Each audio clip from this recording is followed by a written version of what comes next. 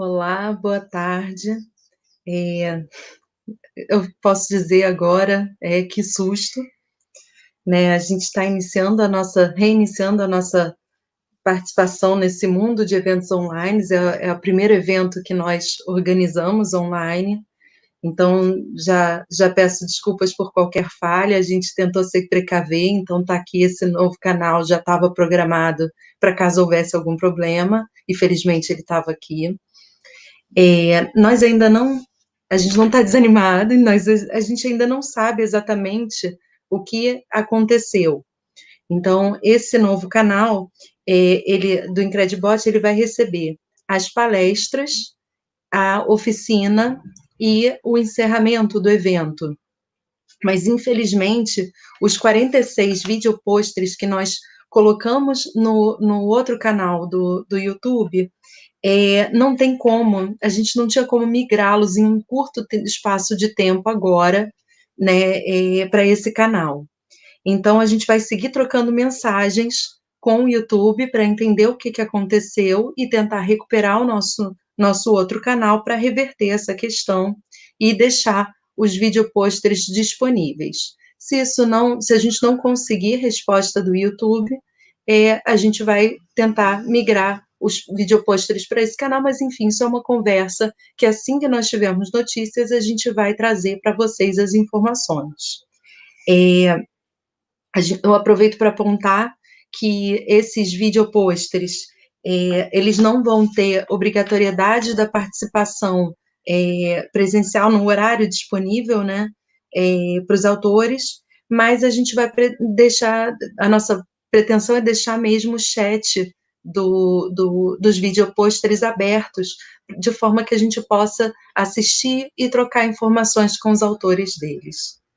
Então, assim, eu espero que essas informações já tenham sido, né, suficientes pelo momento. Agradeço demais, demais da conta, assim, em nome da comissão organizadora, que tanta gente tenha ficado aqui com a gente e tenha mandado mensagens tão assim, de coração, acalmando a gente, né, de que tudo isso ia dar certo. Muito obrigada mesmo. Agora, não vou mais prolongar, eu quero apresentar, a gente vai assistir novamente o comecinho da palestra do Gabriel, então eu vou apresentar aqui. Essa palestra vai ser sobre o ensino de botânica no Colégio Pedro II, o campus Duque de Caxias. É um colégio extremamente importante enfim, é uma instituição que para a gente é uma referência. E o Gabriel também é uma referência, assim, eu sei que eu recebo vários alunos que vieram dessa escola, então, e sempre me falam com muita admiração do trabalho dele. O Gabriel, ele possui graduação em Ciências Biológicas pela UERJ, mestrado em Botânica pela Escola Nacional de Botânica Tropical e doutorado pelo Museu Nacional, também na área de Botânica, Ciências Biológicas e Botânica. Atualmente ele é professor lá no Colégio Pedro II, e eu vou deixar com ele a palavra e agradecendo imensamente todo o carinho que ele teve com a gente, né, assim, em aguardar, em se disponibilizar para estar aqui nesse novo horário. Muito obrigada. Obrigado a você, Denise. Essas coisas acontecem, né? Então a gente, enfim, são os percalços da nossa vida online, do nosso novo normal, né? Digamos assim. Então eu vou voltar desde o início, né? Para quem estava acompanhando, sabe mais ou menos o que eu estava falando. Para quem ainda está começando agora, então vamos desde o início. Eu, como a Denise falou, sou professor do campus do Duque de Caxias, do Colégio Pedro II, e eu vou falar primeiro sobre o colégio, né? Porque nós temos vários colegas que não são do Rio de Janeiro, ou mesmo até quem é do Rio de Janeiro talvez não conheça, né? Eu conheci o Colégio Pedro II quando eu fui me inscrever para trabalhar nele. Eu não conhecia ele antes disso. Enfim, é um colégio que, apesar do nosso desconhecimento, ele está aí há muito tempo. Daqui a uma semana ele faz 183 anos. Ele foi fundado na época do Império, né, quando Dom Pedro II, nem sei se ele era Dom Pedro II ainda, ele era adolescente, ele tinha 12 anos, eu acho. por volta da cidade. Então, é um colégio bem antigo, é o segundo mais antigo do Brasil. Ele faz parte hoje da Rede Federal de Educação Profissional, Científica e Tecnológica, na qual se inclui o UFRJ e todos os IFES que tem por aí pelo Brasil. Cada estado tem um, pelo menos, tem um, né? Não, pelo menos tem um só, ou quase todos os estados têm. Nós oferecemos hoje da educação infantil à pós-graduação, então temos diversas modalidades de ensino, né? Os IFES, né, os Institutos Federais, normalmente são de ensino médio e ensino superior, e nós temos ensino fundamental e educação infantil também. Nós temos ensino médio regular, ensino médio integrado, né, que são os técnicos. Nós temos licenciatura, que estreou ano passado, em 2019, licenciatura em humanidades. Devem vir mais licenciaturas por aí nos próximos anos. Nós temos cursos de pós-graduação lato sensu, cursos de pós-graduação stricto sensu, mestrado, né? Então, são vários cursos. Hoje, todos eles são presenciais, mas existe uma previsão de serem à distância em algum momento no futuro. Acho que a pandemia acelerou muito essa ideia, talvez. Então, mesmo que você que não é do Rio de Janeiro, pode, talvez, se interessar por um desses cursos de pós-graduação, que são vários. Nós temos 14 campi espalhados pelas 3 cidades da região metropolitana do Rio de Janeiro, né, normalmente quase todos localizados na capital, mas como o meu campus, né, temos um outro campus em Niterói, que ficam em cidades próximas, bem próximas, mas não na capital. E temos cerca de 12 mil alunos, então é um colégio muito grande, bastante grande, e tradicional. Aqui você vê, aqui embaixo, provavelmente vocês reconhecem a foto aqui da direita, o campus centro, que é o campus mais antigo, e é o que normalmente as pessoas associam a imagem ao Colégio Pedro II. O nosso campus aqui do Duque de Caxias foi inaugurado em 2007, então, apesar de ser um colégio muito antigo, na Baixada Fluminense ele é muito recente, tem 13 anos, né?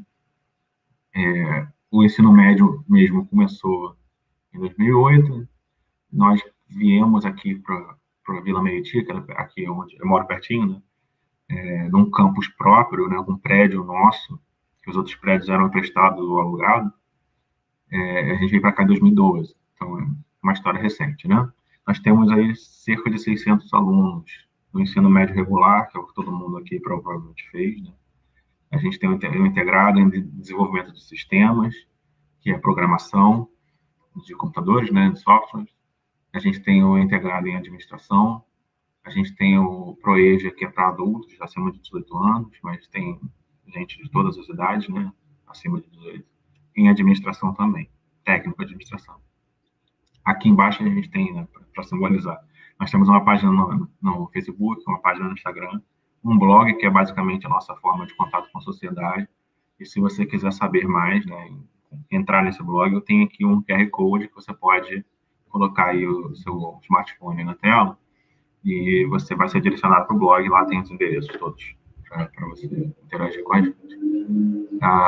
Nosso campus aqui tem a foto da fachada, que não é muito fotogênica, mas essa arquitetura geométrica aí, né, retangular, ela deu um apelido para a gente de caixa de sapatos. Então, nossos alunos aqui provavelmente estão assistindo, alguns ex-alunos, alunos, docentes, né, tem um monte de gente assistindo aí, vão reconhecer o termo.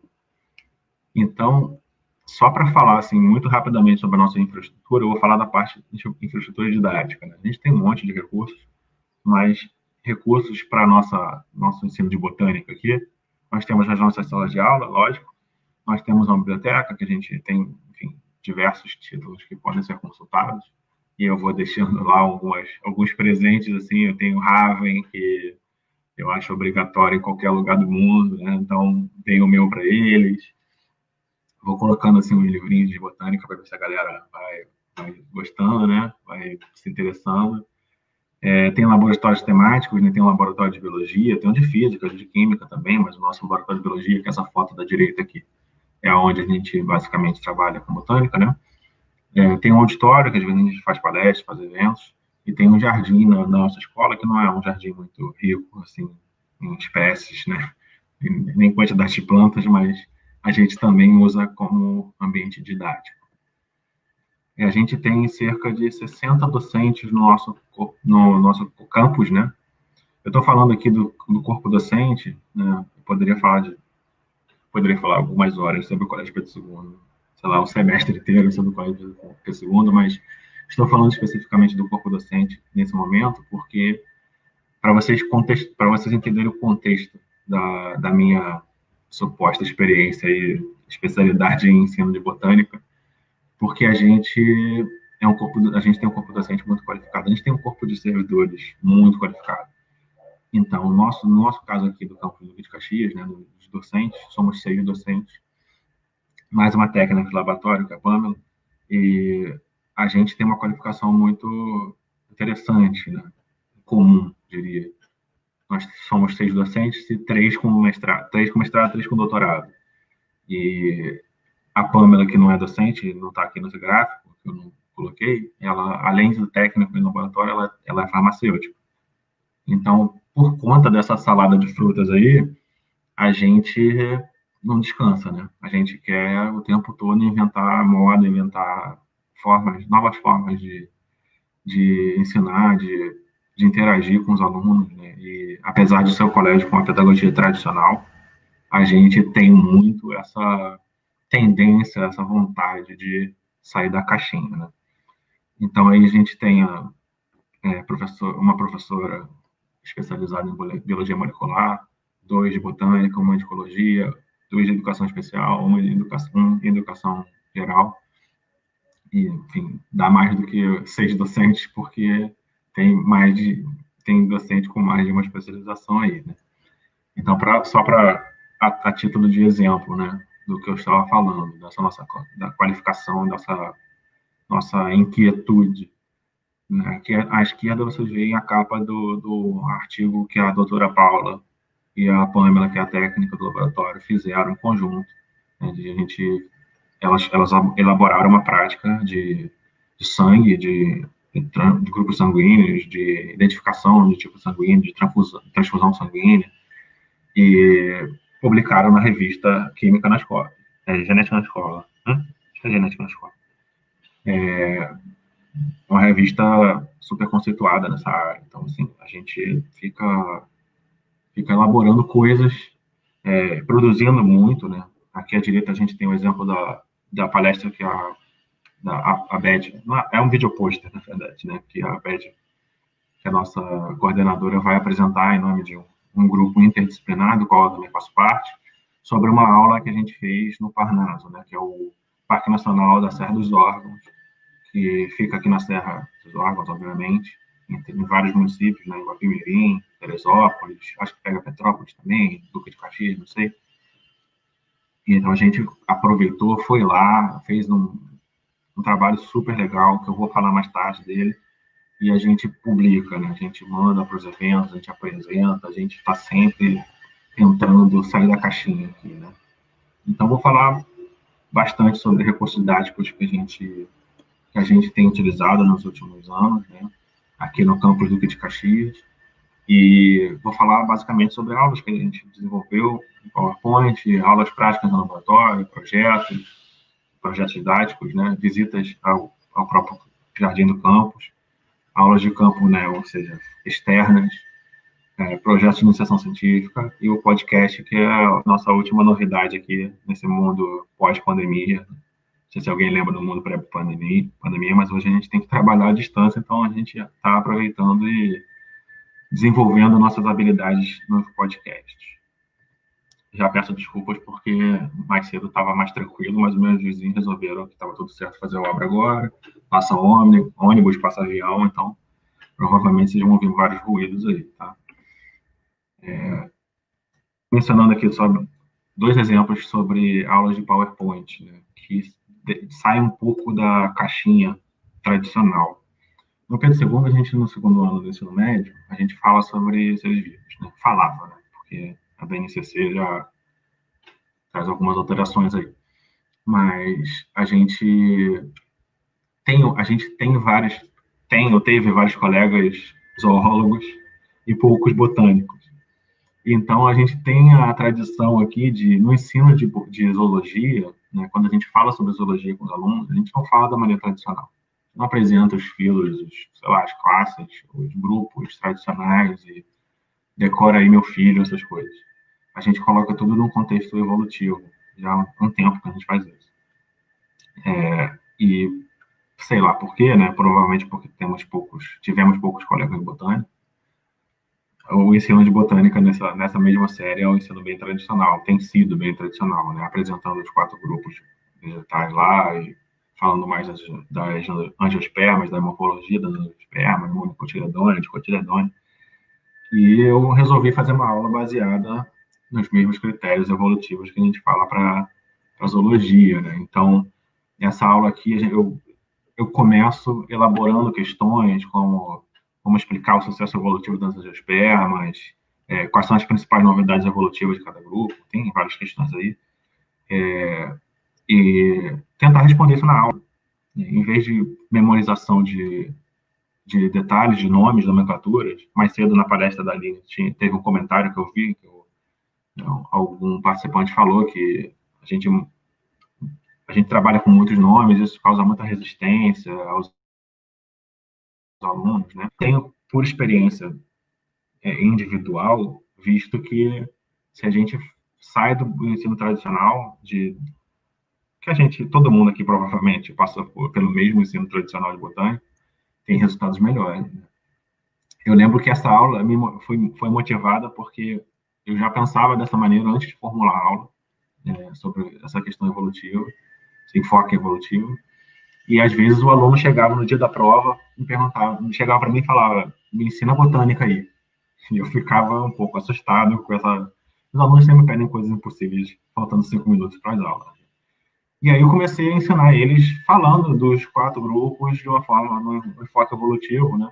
Então, e aí todo mundo gostava muito, né? Aparentemente, fazia mais sucesso do que a aula tradicional. Então, aqui tem. O que eu faço nessa aula, além disso? A gente trabalha com muito cladograma na segunda série, né? Aprende a fazer cladograma, aprende a interpretar um cladograma. Isso serve para todos os grupos de seres vivos, né? A gente trabalha o cladograma em todos os reinos. E aqui eu mostro para eles a origem das angiospermas, né? Os grupos que são os grupos mais próximos das plantas, né? As algas verdes, as carófitas. Então, eu vou mostrando para eles, né, que, por exemplo, aqui nesse slide dá para falar para eles que as plantas terrestres, né, são um dos grupos que saiu para a vida terrestre. Né? São vários que saíram, mas quem realmente se manteve melhor ou se diversificou mais foram as plantas, uma linhagem. Mas a transição para o meio terrestre aconteceu várias vezes.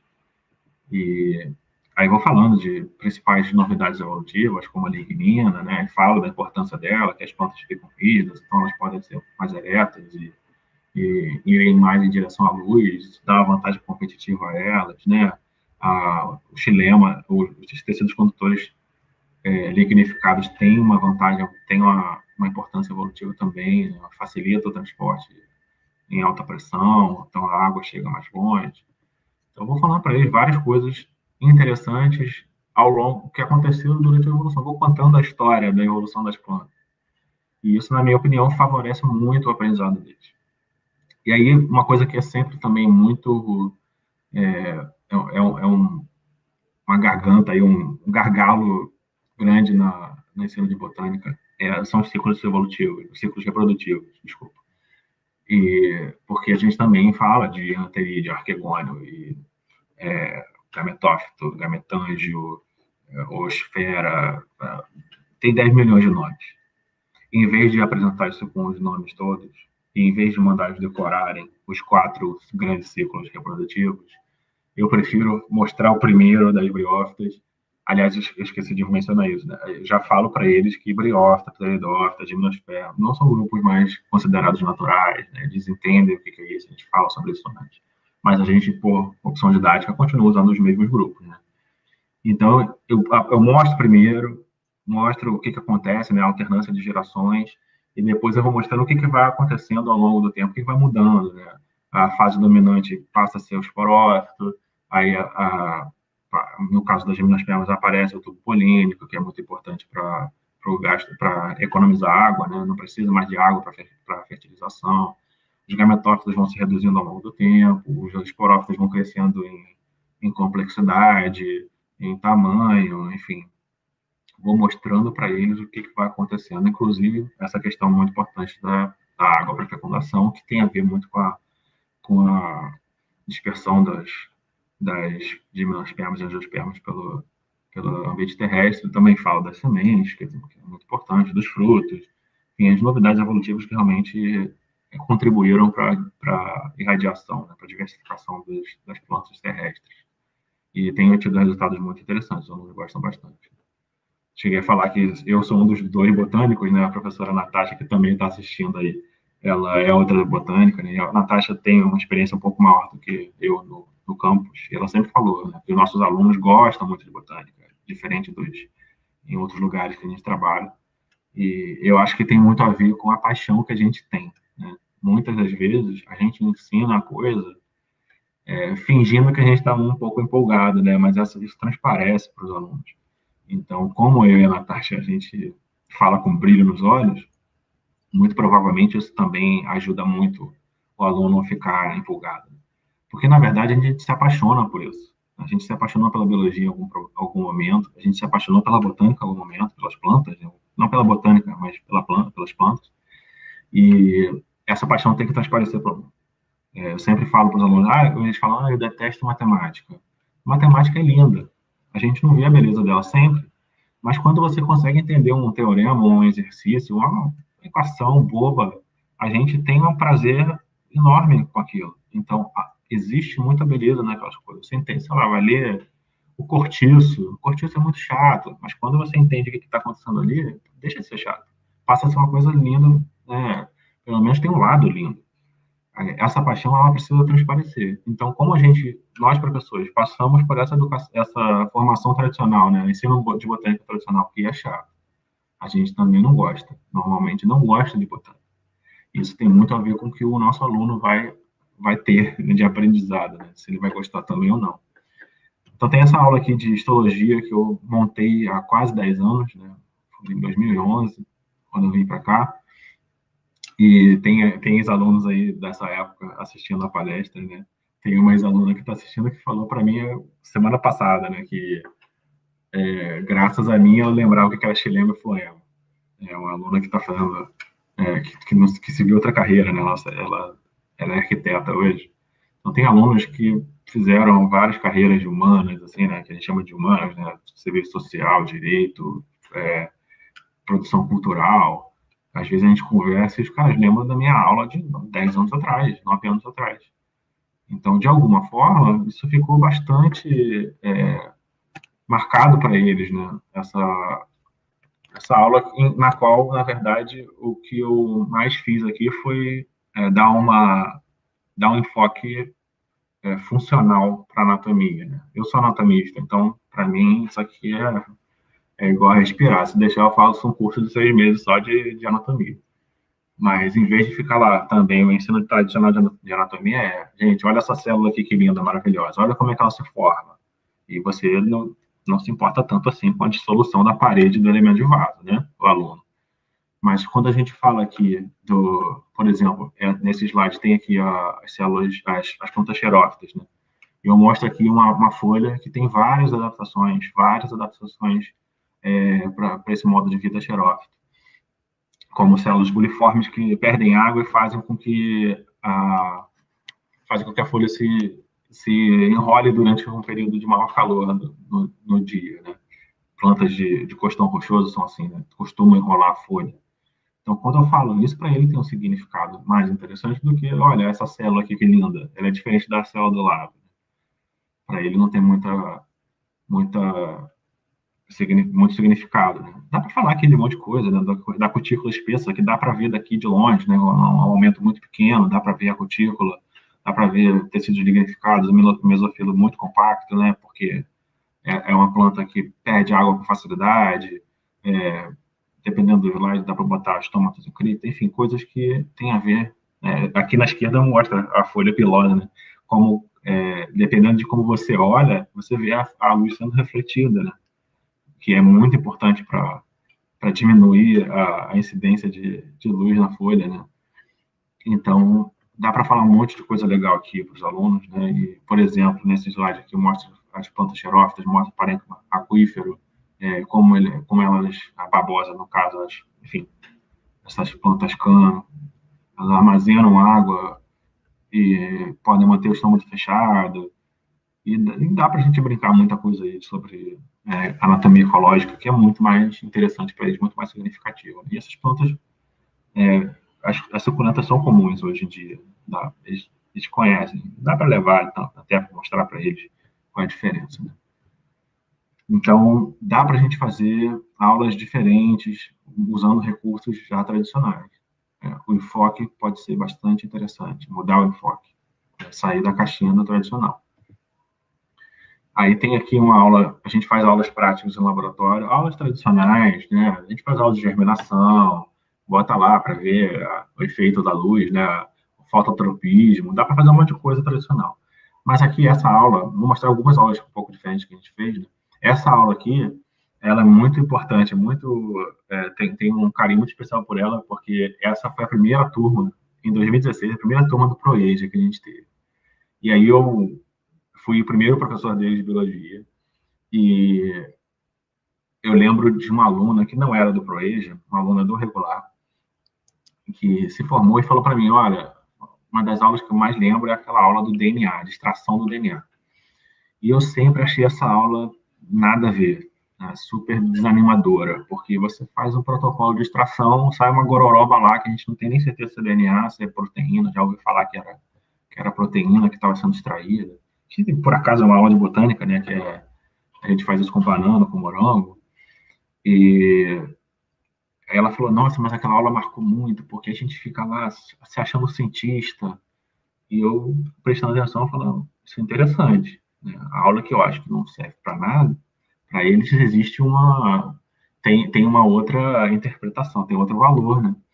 Então, eu fiz algo semelhante com o ProEja. O ProEja, na primeira aula, então, nas primeiras aulas, na primeira aula, provavelmente, eu acho que, se eu bem me lembro, eu mostrei o colégio inteiro para eles. Na segunda, eu levei eles no laboratório, ou numa das seguintes, eu levei eles no laboratório para fazer uma prática de célula. E foi de anatomia, né, de anatomia de planta da feira. Então, eu pensei assim, esse público é um público diferente, né? É um público de 18 para cima, mas normalmente são pessoas acima de 40 anos, acima de 35, pessoas que abandonaram o sistema educacional em algum momento e estão retomando, pessoas que têm, enfim, pessoas que têm autoestima muito baixa, normalmente, têm uma autoestima muito baixa. Então, são pessoas que, enfim, elas abandonaram o sistema, mas estudaram em lugares muito precários, em escolas públicas sem laboratório, então eles não sabem, nunca viram microscópio na vida, nunca entraram no laboratório. Então, eu planejei essa aula da seguinte maneira: eles vão entrar no laboratório e eles vão produzir algo, e eles vão ser cientistas por 80 minutos, né? Então, eu comprei plantas da feira, comprei cenoura, couve, pimentão verde, pimentão vermelho, cebola, para que eles vissem, por exemplo, a estrutura da raiz da cenoura, que também tem os pigmentos lá, né? Dá para ver os pigmentos. A couve, o pecíolo dá para cortar muito fácil, porque é um pecíolo mais rígido. Pimentão verde e vermelho dá para ver o cloroplasto, o cromoplasto. Eles são pequenos, mas dá para ver no microscópio, só arrancando assim a epiderme. Então é muito fácil de fazer. Né? E a epiderme é uma cebola que é moleza, dá para você arrancar, né? Se você espirrar, o negócio já sai na lâmina ali, super fácil de fazer, super bom de ver as células todas organizadinhas, aparece núcleo, sem corar ele aparece, ele fica bem evidente. Então, uma prática bem fácil de fazer e com plantas que eles conhecem, né? Porque, sendo botânicos ou não sendo, eles têm acesso a essas plantas no dia a dia. Né? São plantas da feira. Eles comem essas plantas, eles conhecem essas plantas num outro contexto, no contexto alimentício, no contexto nutricional, e não no contexto científico. Eles conhecem as plantas de fora e não de dentro. Então, eu pensei, por que não fazer uma prática com plantas que eles conhecem num outro contexto, né? E foi super legal para eles gostaram muito. Então, dá para ver aí o pessoal bem mais velho, bem interessado em fazer, né? Tem pessoal sorridente, né? O pessoal, poxa, eles compraram a ideia e foi muito bom para eles, né? Tem essa outra prática aqui, que é uma prática mais corriqueira, né? Uma prática de cromatografia, no caso com o ensino regular, e nesse caso a gente comparou uma folha roxa com uma folha verde e com uma folha intermediária, né? Com o lado verde e o lado roxo. Essas monocotiledôneas malucas aí que elaboram diversas estratégias, né? Então a gente comparou os três, fez uma cromatografia para mostrar que os pigmentos que tinham ali eram os mesmos. Tinha clorofila nas três, flavonoides, enfim, tem antocianinas, tem um monte de coisa ali dentro que a gente, só pela cor do lado de fora, a gente não consegue estabelecer, né, vários pigmentos. Essa prática também, para mim, é prática do coração também, porque nós recebemos várias pessoas com deficiência, né? Vários alunos portadores de deficiência. E nesse ano específico, no primeiro ano que a gente fez essa prática, tínhamos uma aluna cega. Então, a gente elaborou uma prática, eu e a doutora Beth, que está assistindo também, elaboramos uma prática de bioquímica, não é botânica nessa série, mas a gente fez uma prática de bioquímica porque eu pensei assim, né, para um aluno cego, você ficar falando de estrutura de moléculas, de biomoléculas, é um pouco complexo. Dá para trabalhar com vários materiais adaptados, mas ainda fica, né, muito abstrato. Então eu pensei, por que não a gente falar sobre biomoléculas, testando outros sentidos que não a visão? Então a gente fez uma prática onde os alunos tinham que experimentar vendados algumas biomoléculas. Então, estimulando olfato, estimulando tato, evitando estimular o paladar, porque no laboratório tem as questões de biossegurança, mas a gente também colocou lá, por exemplo, eles tinham que experimentar o ácido cítrico, o ácido, a vitamina C, né, o ácido ascórbico. Então, pingamos limão galego, eu acho, e eles tinham que experimentar a acidez, né, dessas biomoléculas, das vitaminas, textura de folha pilosa, textura de madeiras, da lignina, odores de plantas aromáticas. Então, foi uma prática muito legal. Ninguém era obrigado a ficar vendado, mas todo mundo topou, quase todo mundo topou, e foi uma forma de incluir também os alunos deficientes visuais. Fez bastante sucesso essa prática. Então, temos várias práticas, né, tradicionais e não tradicionais. Agora, falando sobre projetos especificamente, né, a gente tem o hábito no nosso campus aqui de fazer uma feira, né, um grande projeto do nosso campus é a feira acadêmica, que se dá no final do ano. A gente muitas vezes segue o que a Semana Nacional de Ciência e Tecnologia escolhe de tema. Enfim, tem várias possibilidades, mas a gente quase sempre faz uma feira no final do ano, em outubro, novembro. E teve uma que a gente fez em 2018, que enfim, eu sempre tento colocar uma botânica no meio, umas plantas no meio desse projeto. Então, nesse ano, a gente decidiu por um tema interdisciplinar de microscopia. Então, nós tínhamos, tem até a professora Silvia que está participando da oficina na foto da direita. Ela, por exemplo, que é professora de inglês, participou, fez uma dramatização com personagens históricos da microscopia. Tinha uma professora de física fazendo, onde os alunos montaram um microscópio de papelão. Então, tinha professor de arte trabalhando com a gente, a professora de informática trabalhando com a gente. Então, era um projeto interdisciplinar. E os meus alunos fizeram uma oficina onde nós pegamos materiais, que eles escolheram os materiais, a gente fotografou ao microscópio, e aí aqui na foto da direita vocês conseguem ver. Nós imprimimos as fotos, colocamos na parede, e os alunos e os participantes da oficina, outros alunos, docentes, familiares, né, servidores do colégio de modo geral, todo mundo tinha que quisesse participar, passava ali, olhava a foto e tinha que descrever, dizer o que estava vendo. Podia ser de forma científica, de forma artística, de forma leiga, o que eles quisessem, né? E a gente depois selecionou as melhores e publicou, né? Eu não lembro exatamente como a gente publicou, mas, enfim, tinha prêmio, tem um monte de coisa aí. E o legal é que como é que a gente fez, né? Aqui tem 3 fotos, né, do projeto. Como é que a gente fez, então? A gente pegou o material, eu ensinei para eles as técnicas lá de microscopia, a mexer no microscópio, né, enfim. E a gente aproveitou e foi conhecer a UERJ, né? Esses alunos, são aí, né, 6 alunos, a gente combinou lá na UERJ, e se vocês não conhecem aí essa foto da universidade mais bonita do mundo, a gente foi lá no laboratório de anatomia vegetal, né, que o pessoal também está assistindo aí, né, foi super solícito, ensinou um monte de técnica, ensinou um monte de coisa, e a gente depois foi, eles selecionaram o material que queriam fotografar, fotografamos, né, aí tem as fotos aqui, né, novamente, a gente tirou umas 10 fotos, eles selecionaram as melhores lá e colocaram, e depois a gente, então, fez a oficina. Então, além de fazermos a oficina, eles aprenderem sobre microscopia, aprenderem sobre botânica, eles tiveram a oportunidade de ir numa universidade, que é um interesse deles futuro, né, no futuro a médio prazo. Eles tiveram a oportunidade de conversar com cientistas, eles tiveram a oportunidade de conhecer técnicas.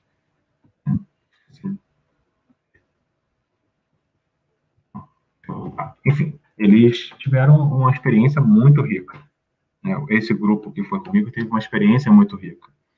Então, foi um projeto sensacional e, enfim, espero que eles tenham gostado. Eu acho que eles gostaram muito, né? Eles também estão assistindo. E tudo que a gente faz, a gente tenta publicar, tenta produzir academicamente. Então, nós temos um evento no campus chamado Simpósio, que é um mini congresso, né? Um mini congresso para os alunos, para os servidores, para a gente de fora, às vezes a gente convida. Mas a gente fez um painel que não ficou pronto a tempo, mas enfim, a gente apresentou oralmente. Então, tudo que a gente faz, a gente ainda consegue expor em eventos internos, em eventos externos. Para eles também foi mais um aprendizado, né? Mais uma oportunidade de eles apresentarem trabalho e aprenderem o que é uma apresentação acadêmica.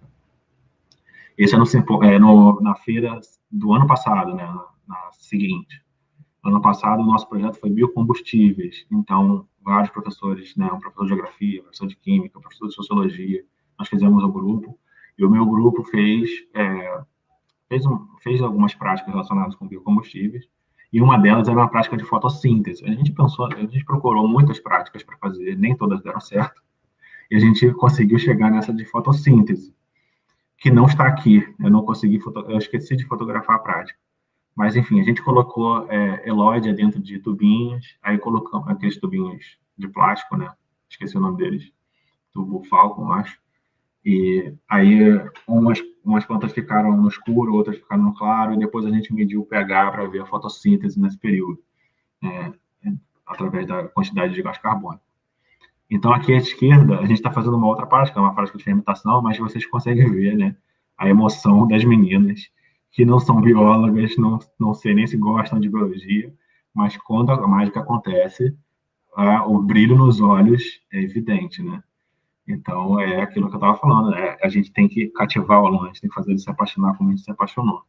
E também eu quero que vocês notem que são só meninas, né? São todas meninas cientistas, e aqui no nosso campus não existe essa de você não pode, né? Ciência é coisa de homens. Isso já não existe há muito tempo aqui no nosso campus. E o que a gente não falta é mulher cientista que saiu daqui, ou mulher cientista, mulher engenheira, mulher da matemática, né? Elas fazem o que querem e a gente sempre estimula. O nosso jardim, ele não tem muita coisa, né? Mas tem, né? Se bem que a lista está um pouquinho grande aqui. Tem essa cibipiruna aqui do colégio, que é a coisa mais maravilhosa que existe, apesar de ser leguminosa.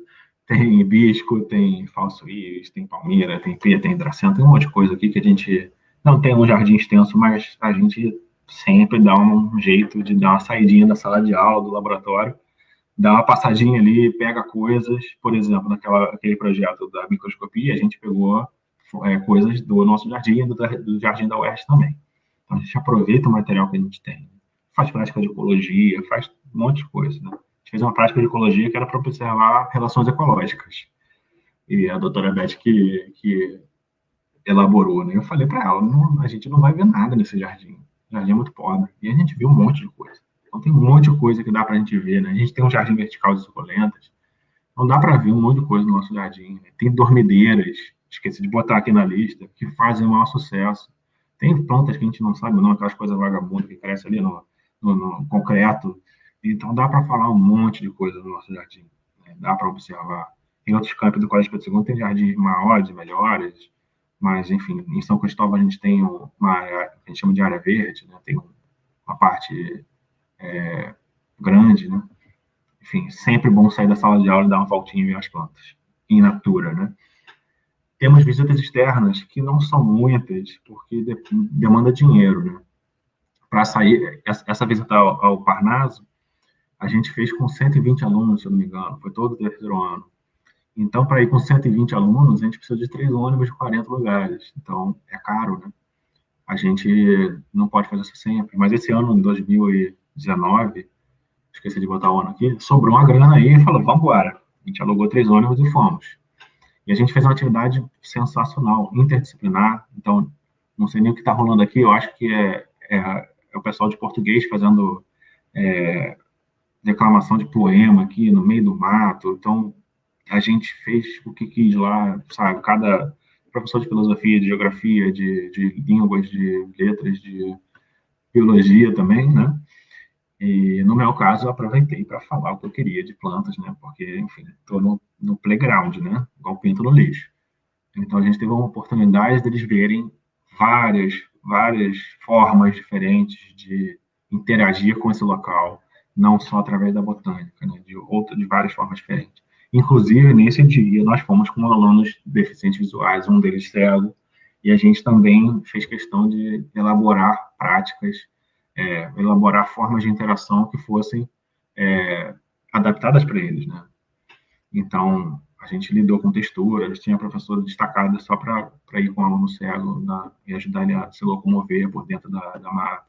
Dá para ele perceber que está dentro do mato, porque o sol não está mais batendo nele, né? Ele consegue perceber o calor, consegue perceber talvez a diminuição da iluminação, consegue perceber o barulho da água corrente, consegue perceber a textura da casca das árvores, as plantas epífitas. Então, tem muita coisa que a gente pode fazer aí, inclusive com os alunos deficientes visuais, né? Então, foi uma prática, foi uma visita sensacional e que gerou também trabalhos, né, para apresentação em eventos. A minha iniciação científica, né, é um projeto que eu tenho, também minhas crianças aí estão assistindo, né? Então, tive 7 alunos, é um projeto que eles escolheram, inclusive botânica, eu dei opções e eles escolheram trabalhar com plantas medicinais. E o colégio, né, a Pró-Reitoria de Pesquisa, Extensão, Cultura, o próprio GPEC, deu uma bolsa para eles, não para todos, mas ganhamos 4 bolsas, e a bolsa eu acho que é R$ 150, não é uma bolsa muito expressiva, mas é um dinheiro legal, especialmente porque ele está ganhando dinheiro com produção, né? Ele está produzindo algo e ele está sendo remunerado para isso, então para eles é muito especial isso aí. Tinha 7 alunos, nós estudamos Espinheira Santa, né? Nós fomos a vários lugares aqui da região metropolitana e compramos em feira, em loja, em herveiro, na rua, compramos esse material e fomos fiscalizar, né? Fomos estudar para ver se era a planta que tem o princípio ativo ou se era a planta falsa, né? Porque a espinheira santa tem 3 espécies, basicamente, que são vendidas como espinheira santa. Uma reconhecida na farmacopeia, que é a Maitenus vicidifoli, que eu acho que já mudou de nome, inclusive, mas, enfim, ela... E as outras, tem as fraudes, né? As fraudes que são vendidas regularmente. Então, a gente foi estudar isso e conseguimos identificar fraudes, conseguimos identificar plantas verdadeiras sendo vendidas. Novamente, também fomos à UERJ para aprender as técnicas, para visitar a instituição. A UERJ é fácil para a gente, porque a gente pega o trem, chega lá rapidinho, então não é só a preferência pela universidade, né, mas é uma questão de logística também. E tem o laboratório da professora Kátia Calado, está sempre aberto para a gente, né, estão sempre solícitos. E a gente apresentou isso em vários eventos, né? Eu vou resumir aqui um pouquinho o que a gente fez, né? A gente foi visitar o laboratório novamente, fizemos, né? Novamente não, porque é um outro grupo, né? Eu fui novamente. Mas nós aprendemos aí técnicas, nós visitamos, aqui está a professora Kátia, que é a chefe do laboratório, né? A doutora Kátia, e ela pôde falar com eles, explicar coisas, ensinar coisas, falar sobre a Ilha Grande, que é o grande projeto dela. Enfim, os alunos têm essa oportunidade de beber na fonte, né? A gente é só filhote aqui, eu e Denise e tantos outros, a gente é filhote dos grandes, né? E os grandes estão aí estão bebendo na fonte direto. Você fala de mim, você me chamou, Gabriel, tô aqui. É só para te avisar mais 5 minutinhos, tá? Tá, já tô acabando. Obrigada. Desculpa, gente, que vai falando do Pedro II, não dá para falar muito pouco, não. Eu me empolgo. E aqui a gente foi visitar o Labeplan, enfim. Olha o sorriso da Jennifer aqui, de felicidade de ver umas plantinhas lá no cultivo in vitro, né? Então a gente apresentou, opa, pulei. A gente apresentou em vários lugares, inclusive no Congresso Nacional de Botânica do ano passado, presencial, né? E que esse ano não teve. E a gente está até escrevendo um artigo para mandar aí para uma revista, mas foi paralisado esse projeto por causa da pandemia também. Eu queria tirar umas fotos e o laboratório está fechado. Então aí as meninas, duas dessas 7, foram lá comigo lá no congresso, né, e a gente apresentou o trabalho, foi uma experiência também maravilhosa para elas, para mim também, óbvio, e foi uma coisa assim de outro mundo, né? E para finalizar, o último recurso, né, o podcast, que é uma alternativa para o trabalho remoto,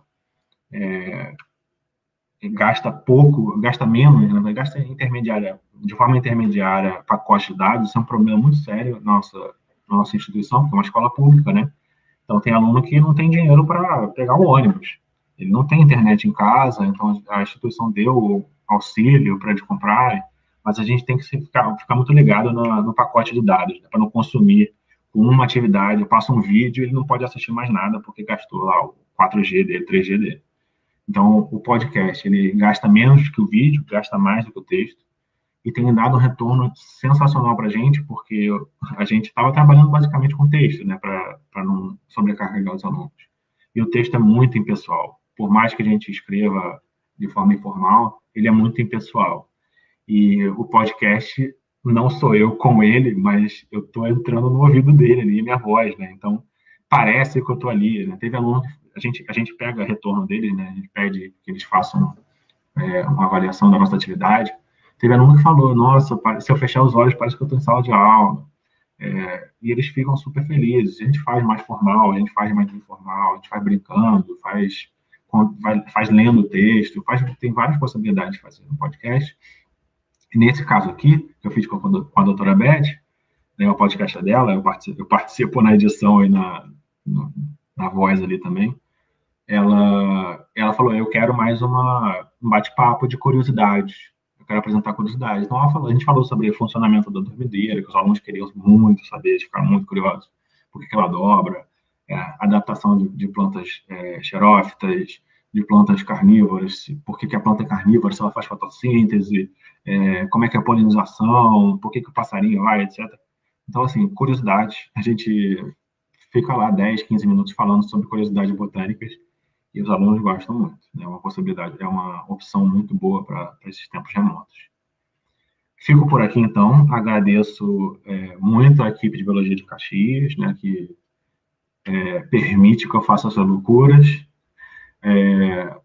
A equipe do Laboratório de Anatomia Vegetal da UERJ, que também é super parceira e está sempre aberta para a gente, para mim. Né, eu vou lá, bato na porta sempre. O pessoal da minha iniciação científica, né, junto com a Pamela, que trabalhou comigo, né, que é a técnica, e os alunos que se dedicaram a esse projeto. E também tem que agradecer, né, os soldados da ciência, os alunos do Pedro II, que compram nossas loucuras, a própria GPEC deu bolsa, enfim, o pessoal do Congresso que ajudou muita gente na época. Então, agradeço bastante também ao pessoal do evento que convidou para a palestra. Gabriel, assim, lindo, né? Tem vários comentários aqui no chat mostrando assim o quanto está interessante o trabalho de vocês, super admirável. Não foi à toa que a gente chamou vocês, porque a gente já sabia. E a gente teve algumas perguntas. Eu vou, pelo limite do tempo, né? Assim, a gente tinha algumas perguntas de manhã, mas eu vou chamar duas. Uma delas é minha, né? Você acha que você Olha, quem sabia quiser já? encaminhar para mim as perguntas, eu posso responder Isso, depois, tá? perfeito, Deixe meu perfeito. contato aí no Instagram do evento e vocês